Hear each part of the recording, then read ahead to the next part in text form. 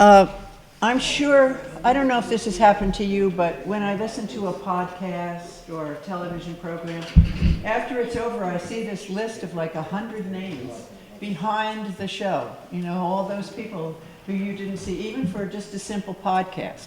So I want to recognize some of the people who made this possible. One of them is Lisanne, who's escaped from us for a moment.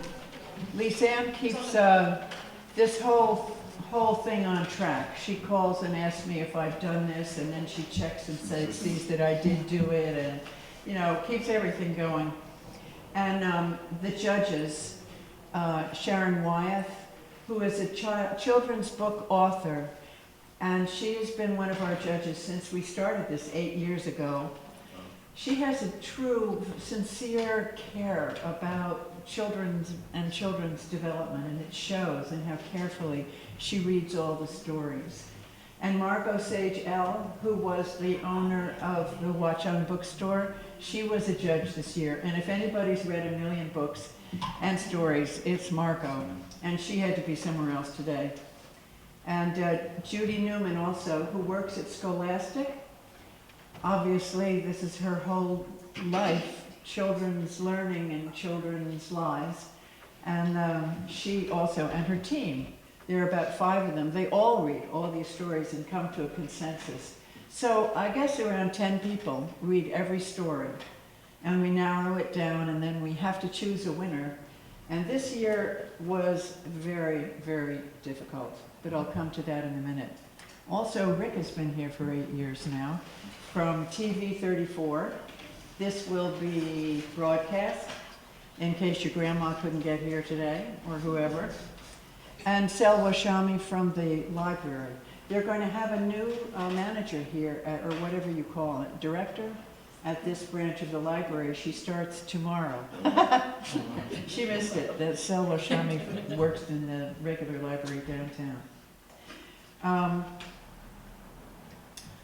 I was sitting in my dentist's chair a few months ago. He was, you know, examining my teeth and talking to me when I couldn't answer him, and telling me how he wished when he had been young someone had taught him how to write, because everybody needs to know how to write, whether you're making a proposal or writing a story or a job application or what. How do you do it clearly so that everybody understands? And Miss Zhao here from Renaissance School took this contest as a teaching tool and taught all of her class how to write a story, and they all wrote stories, and we had 62 entries this year.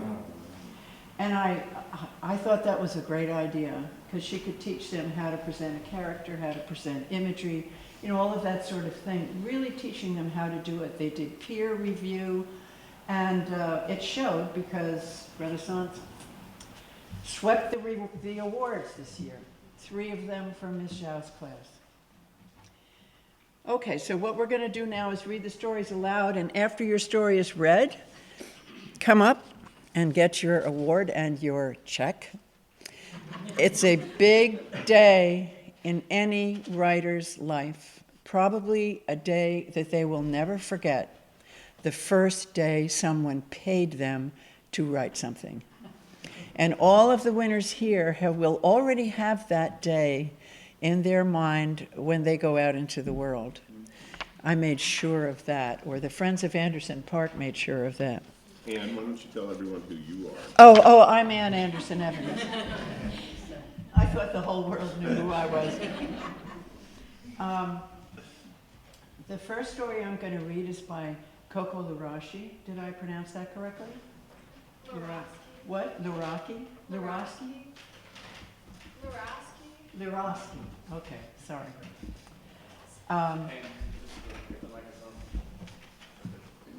And Rick tells me where I'm supposed to be, too. Lisanne and Rick, without them, where would I be? We don't present the Olmsted Award every year.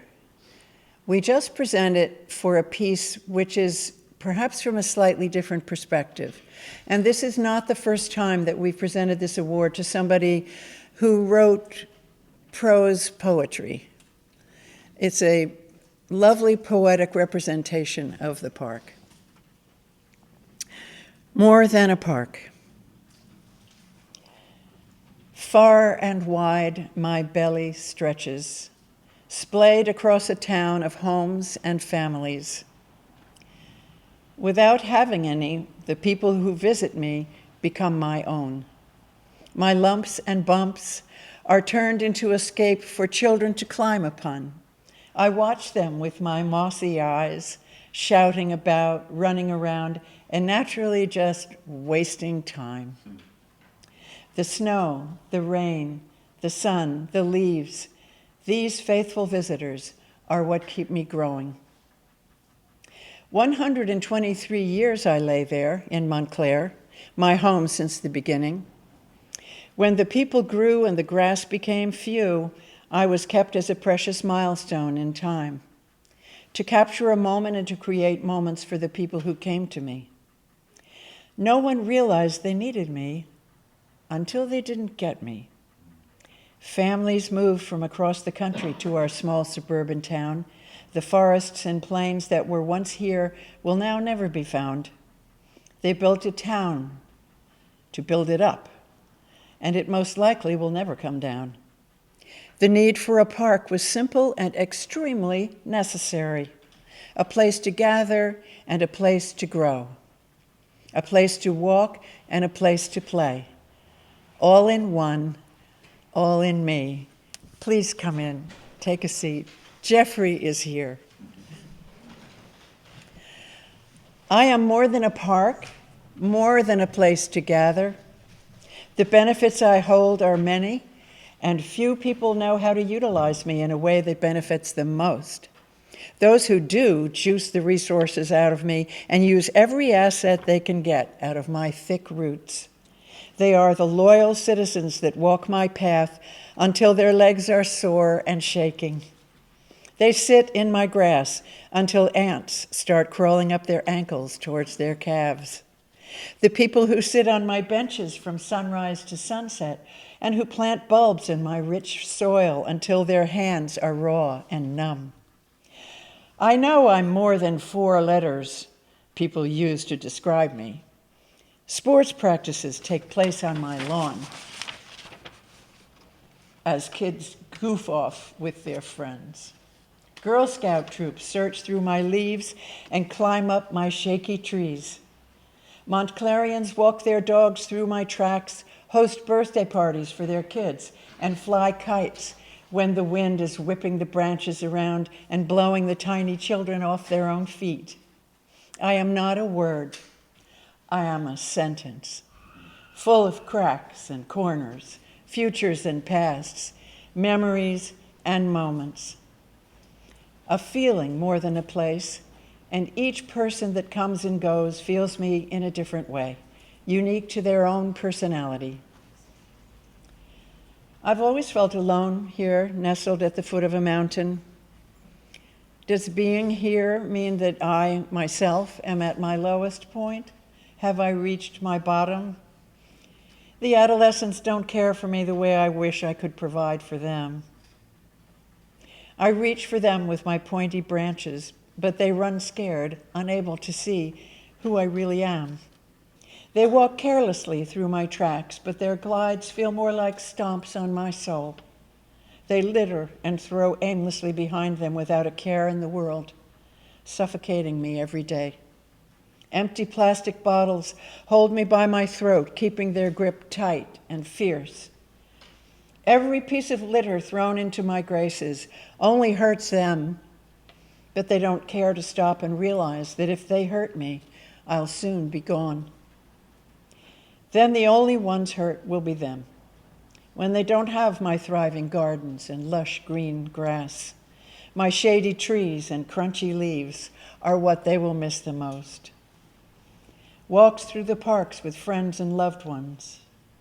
They'll remember the crunch of an autumn leaf as they walk on my asphalt, away from me and toward a future only full of technology. Skyscrapers that reach the clouds will fill this town one day, and that's when the people will long for just a piece of grass like what I used to be.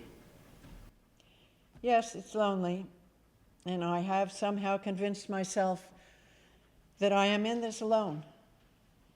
But I have realized over my 123 years that every person who sets foot in my greenery has become a friend of Anderson Park.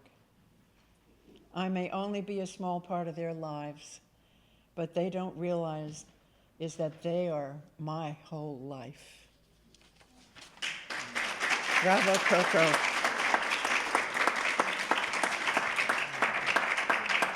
Please come and receive your certificate. What a beautiful, poetic story.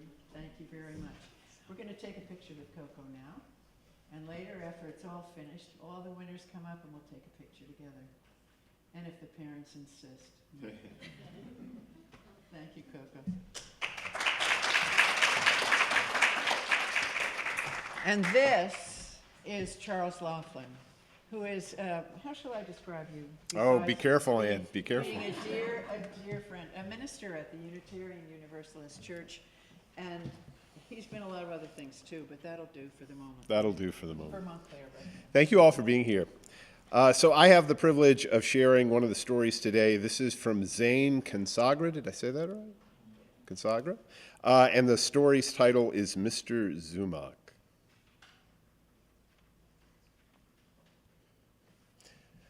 The morning sunlight from Alistair Zumak's wide window overlooking the park awoke him gently, pushing him out of his bed layered with sheets and comforters. He saw Everly's side of the bed was empty. She was already up and ready, like always. Mr. Zumak was a quiet man, but suddenly reminded of his frail body as his hip twinged, rising. Arg, he let out a grunt. Yet he was generally content. Darling Alistair, come down for your coffee. Everly's gentle voice wafted up the stairs. And as he hobbled down the stairs, he pondered the thought of dying. He never feared it much. He was only curious. It became an interest as he got older and older because he got closer to it. Eventually, the day would come. Friends and family would grieve and feel sorrow, but they would learn to move on. He was more interested in what would happen after that day. Where would he go? Or would his existence just cease? After their coffee, the Zumaks went for their daily walk at Anderson Park. The train whistle blew as they walked on the paved path around the field where children were enjoying early morning soccer practices. On the weekends, they would play games with no organization, only excited laughter. He used to be one of those kids. The field was littered with little imperfections from kids kicking the ground.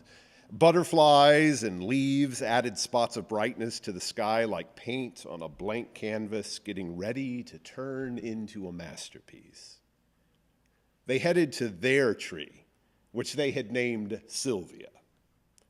The tree was planted in 1924 by Sylvia Zumak, Mr. Zumak's grandmother. She was a beautiful oak with branches extending high into the air, grasping at the sky's colors to add to her bouquet of leaves. The ground surrounding her was covered in acorns, each with its unique hat and curvature of its bottom. Anderson Park was the reason they moved into their beautiful little home. The park connected them to their family, and city life was too busy for them alone without the kids. Every day, the scent of fresh air and the promise of Sylvia lured them back out. Routines could be chores for others, but for the two, it was a joy, a time to look forward to each day. Each day was the same, but there was comfort and peace in that.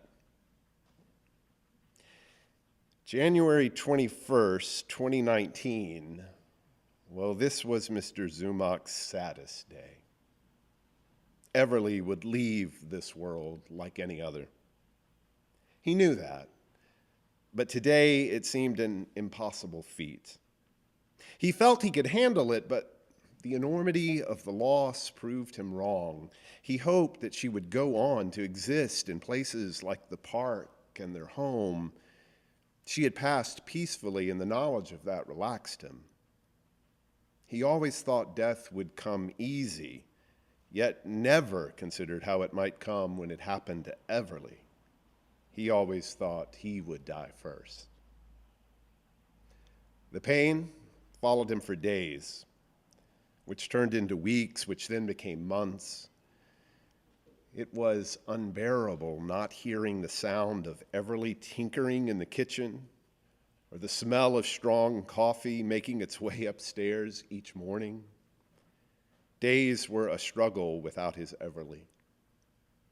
The shift in his mood had also shifted his routine, and now he found himself enduring the way other people did. He hadn't visited Anderson Park once since Everly had perished.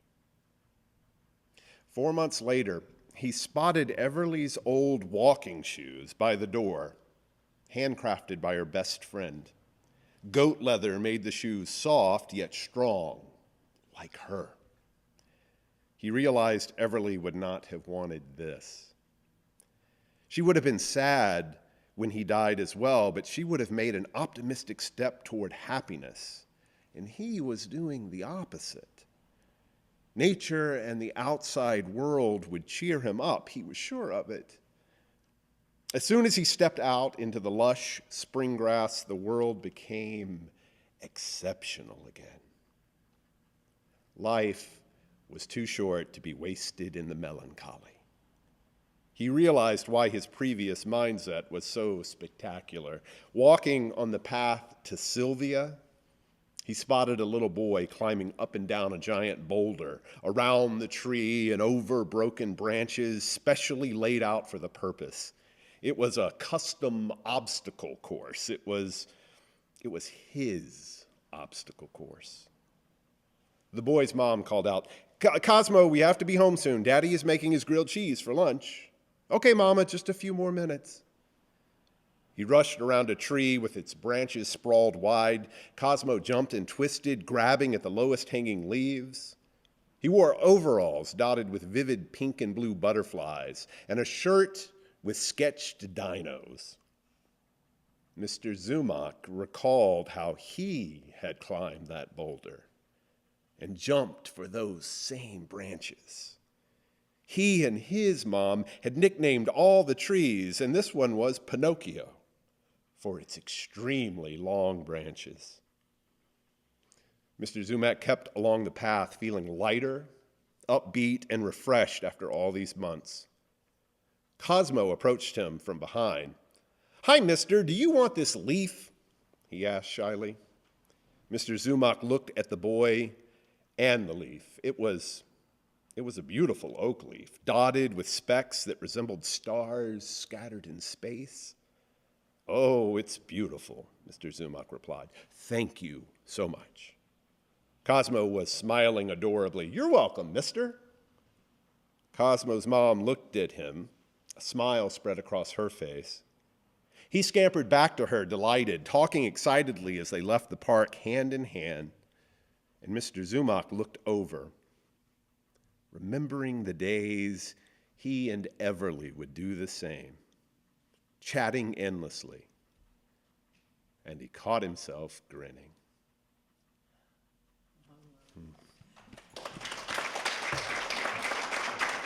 Zane, come on up. Come over on this side. Congratulations. Wonderful, wonderful job. That's for you. And then take a picture.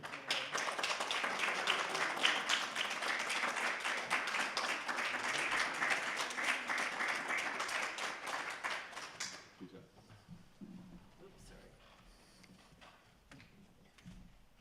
I forgot to mention that among his past lives, Charles was an actor. You could tell, right? Yeah. The next story is by Jeffrey. Do you say Jeffrey Prince or do you say Jeffrey Kingsley? Do you remember? Jeffrey Kingston Kingsley Prince. Yes. A friend in the park. It was a chilly afternoon when Alex walked into Anderson Park. The common children's giggles and the thumping of bouncing basketballs on the court barely reached his awareness. His parents' divorce had left him a lost child roaming around in a daze. He would find himself visiting the park as an escape mechanism, hoping the chill would clear things out. That afternoon, he was strolling past the basketball court when he noticed something. A boy, probably a little younger than him, shooting by himself.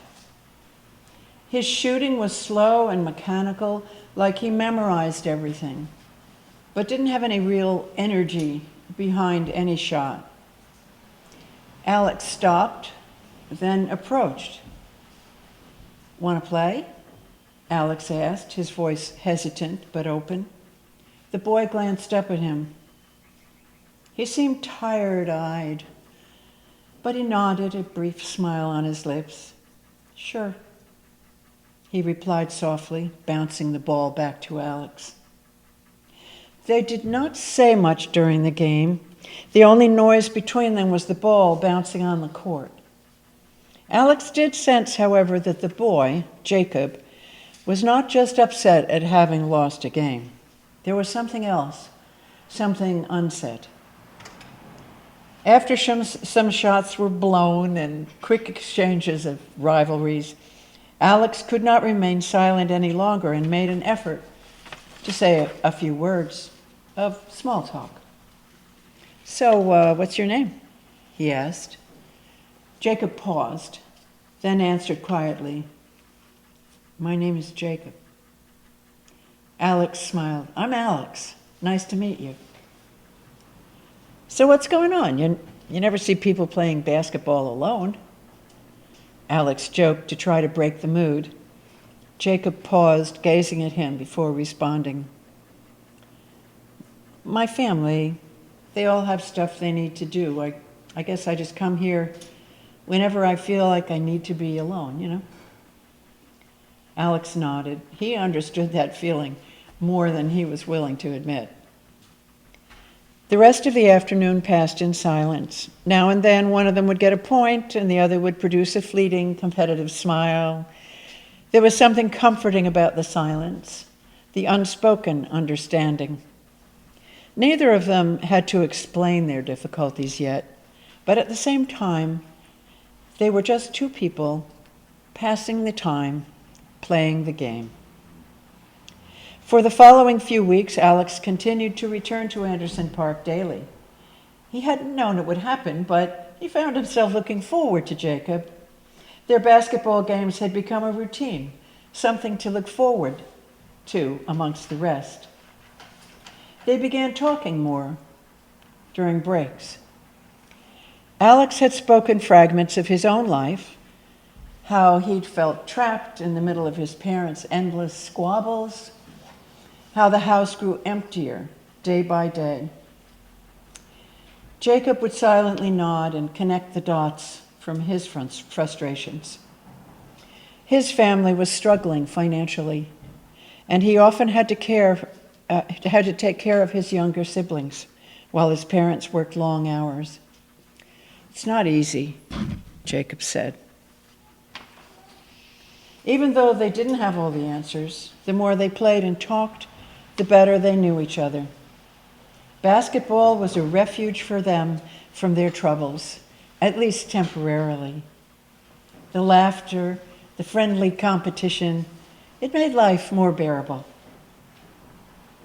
One evening after a very intense game, Jacob looked at Alex and said, "I think this is the only thing that makes me forget everything for a bit." Alex smiled, removing sweat from his forehead. "Yeah, I get that," he replied, enjoying the surprise friendship. He hadn't known how much he needed someone to talk to until Jacob came around. And then, one afternoon, Alex came to the park for another game, but Jacob was not present. He searched every inch of the court, the benches, the swings, but Jacob was nowhere in sight.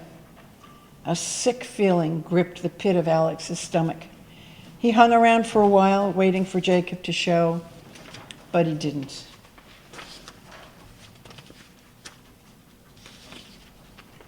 The next day, Jacob was there, but something was different. There was a frown on his face, and he didn't even take a bowl when Alex approached him. "Hey, man, what's up?" Alex asked. Jacob glared at him with his face white. I'm moving. My family's got to leave. We can't be here anymore." Alex's breath was drawn from his body. "What? When? Why?" Jacob let out a sigh. "My dad lost his job, and we can't afford to stay. We're moving to a different neighborhood. I don't know where, but soon." The news hit Alex like a punch to the gut. His new friend, the only person he'd gotten along with in weeks, was moving away. They just stood there for a very long moment, both of them not knowing what to say. "Man, I'm going to miss you," Alex said quietly, the words heavy in the air. Jacob nodded, eyes watering. "Me too." They spent the rest of the afternoon playing one last game, the usual lightheartedness replaced by a quiet sadness. After that, Alex and Jacob never saw each other again. Alex went back to the park, but it wasn't the same without Jacob. His family problems were still there, but he was even more lonely now. Jacob's departure weighed heavily on his heart. Jacob also was struggling with the transition. He was in a new place, with new faces all around. His family was still hurting, and he didn't have the same outlet to let loose his frustration. The park, where he used to find solace, was now miles away.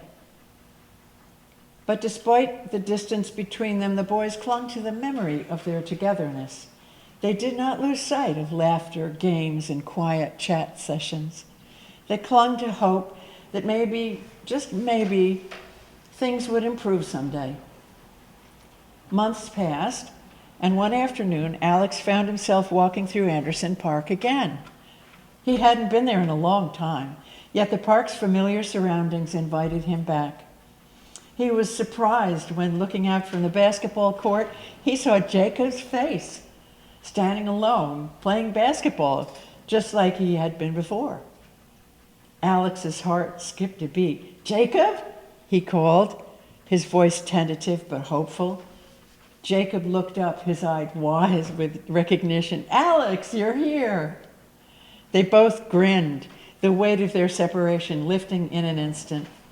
They ran up to each other, exchanging quick, excited words. It was like no time had passed at all. "I knew we'd meet again," Alex said with a smile, feeling lighter than he had in months. Jacob laughed. "Me too." And just like that, they were back to where they started. Two friends, finding company in each other's finding comfort in each other's company again.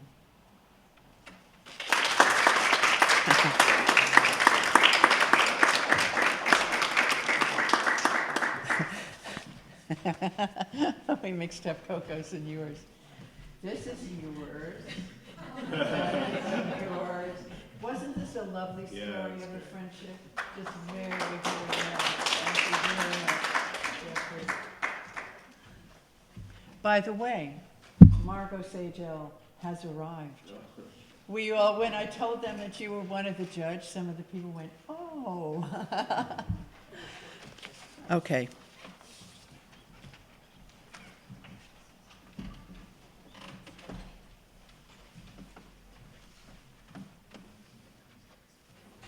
So now I get the privilege, one of the fun things for me doing this over the last few years, seeing how different the stories are. And what an interesting motif, right? Where the setting is the same, it's always Anderson Park, but you get such different creative ideas. So it's always fun to experience how different the stories can be coming from different people. This is going to be a fun one, so get ready for an adventure. This is by William Young, and it's entitled Full Moon. It was a nice sunny weekend, and my friends Linus, Henry, and Hugo and I were playing soccer at Anderson Park, feeling the nice cool breeze and listening to the trees rustle in the wind. Soon it struck 5 o'clock p.m. and I had to bike home. I walked in the front door, took my shoes off, dropped my drawstring bag down on the floor. I walked into the living room and I plopped down on the couch, turned on the TV. When I turned on the TV, I was immediately greeted by a big banner that read, "Breaking News." I was intrigued, so I decided to watch more. And soon the CNN reporter said, "A new, very popular breed of dogs have shown behavior issues, especially when it's a full moon. We have talked with the dog breeders that made the breed, and they said they are very closely related to a wolf." Well, I found it ridiculous, so I turned off the news and relaxed for the rest of the evening, and I made plans to go to Anderson Park again the next day. It was going to be the same people as before, with the addition of AJ. AJ is smart, funny, and like Linus, knows what to do in tense situations. I can't say the same about Hugo or Henry. Well, soon I woke up at 8 a.m., I ate some breakfast, I brushed my teeth, and I started biking to Anderson. We all got there and we started playing various sports like soccer, frisbee, football. And soon it was 1 o'clock p.m. and we were hungry, so we biked to Jackie's Grill for lunch and then ice cream from Cold Stone nearby. After our stomachs were full, we went back to Anderson at around 2:30 p.m. Now, the thing about Anderson Park is you can spend the whole day there and still be entertained. You can relax and cool off under a large tree, take a walk around the park, climb a tree, run around. And when we got back to Anderson, I noticed the sky seemed a little darker than usual. I brushed it off, and my friends and I sat on a bench and talked about middle school, sports, and other things like that. It was about 3 o'clock when we started playing frisbee, and that's when I noticed how incredibly dark it had gotten. I looked over at the asphalt path to see if anyone else noticed, and that's when I saw it. A dog being hostile to its owner. "William, what are you looking at?" Linus said. Nothing," I replied. So we played frisbee for another hour or so, and then it happened. The sky started swelling up with dark black clouds, and the moon was brighter and bigger than I had ever seen it before. "Ah!" I heard someone scream. I looked over to the pathway, and about 5 dogs, all the same breed, were attacking their owners, and everyone around them as well. "We gotta go," I exclaimed to my friends. So we started running away from the chaos as one of the dogs starts chasing us. The dog had gray, ragged fur, sharp canine teeth, and saliva dripping from its wide open mouth. "Ah!" Henry screams, when we all look back in unison hard to see Henry on the ground, clenching his knee, and the dog still closing in on us. "Get up!" Hugo yells. "Get up!" Henry responds with, "I can't, help!" And with the dog about 50 feet away from Henry and us about 5 feet, we take the risk and we try to save him. Hugo and AJ pick him up and start running, but the dog is so much faster and is closing in. It doesn't look like they're going to make it, and bang! Linus throws a rock at the dog's head, leaving it stunned and confused. "Come on," Linus screams. "Let's get to a tree to climb," I shouted. So we get to the old tree, and we all climb up, and we sit down on a branch. "What in the world was that?" asked AJ. "Yeah, what the heck was that?" asked Linus.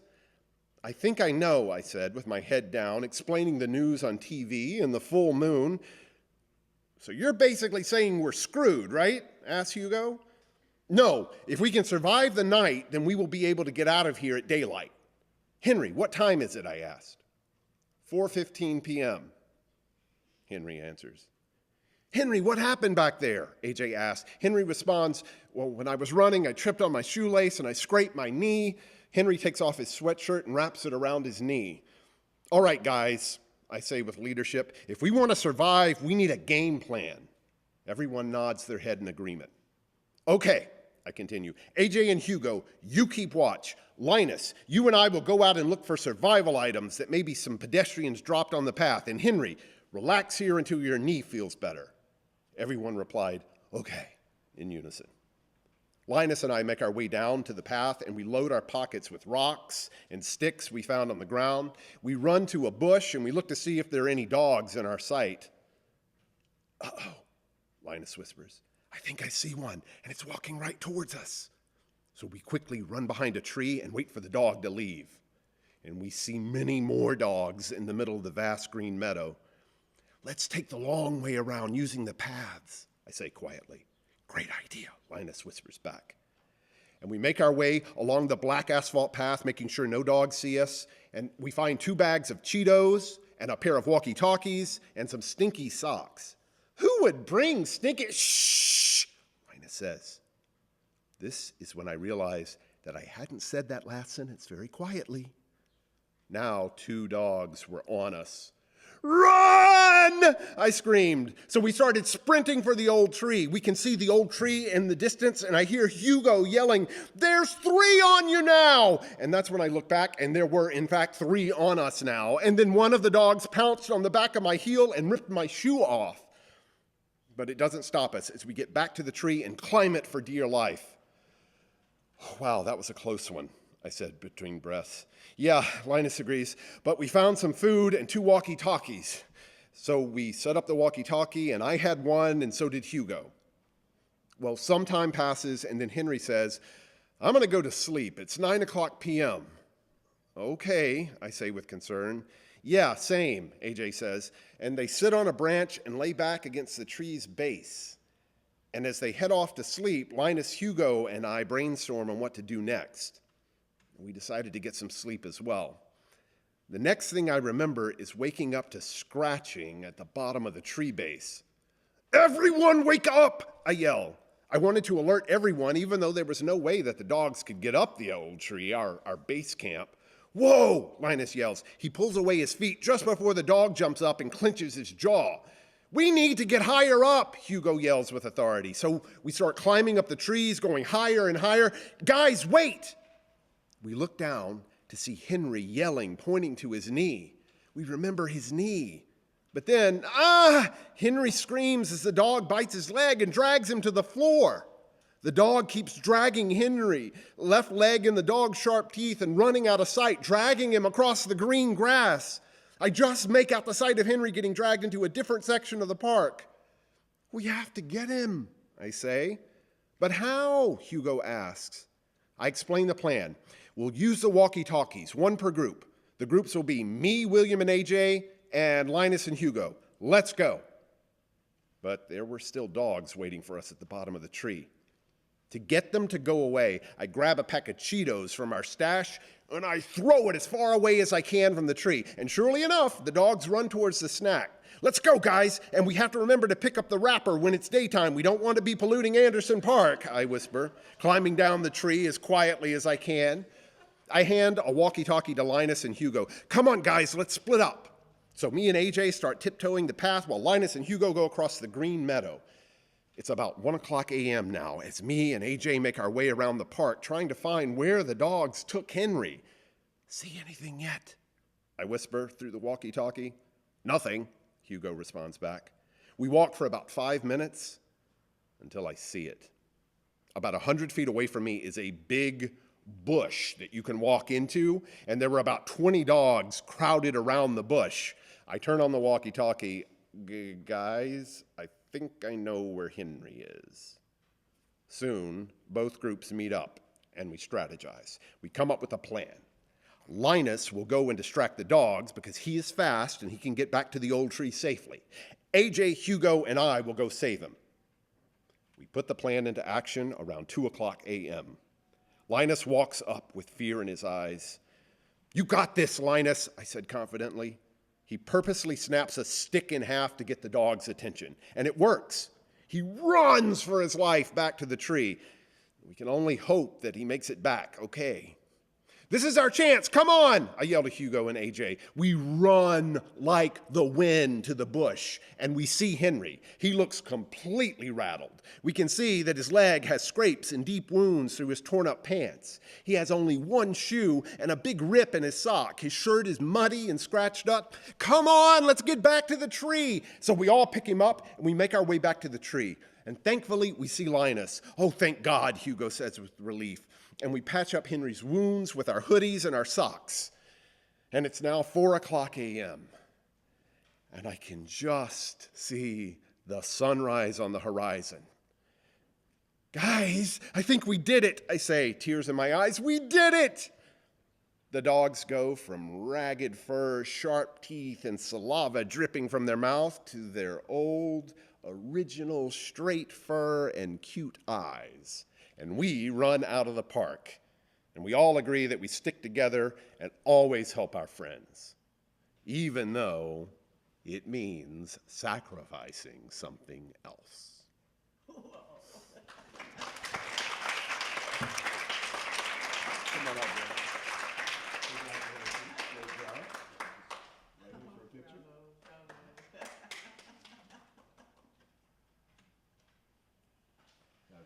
Thanks. Oh, weren't they great? The future is in good hands, folks.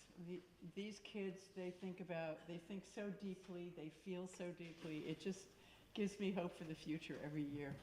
So tell all your friends to enter for next year. And have we got some cookies or something?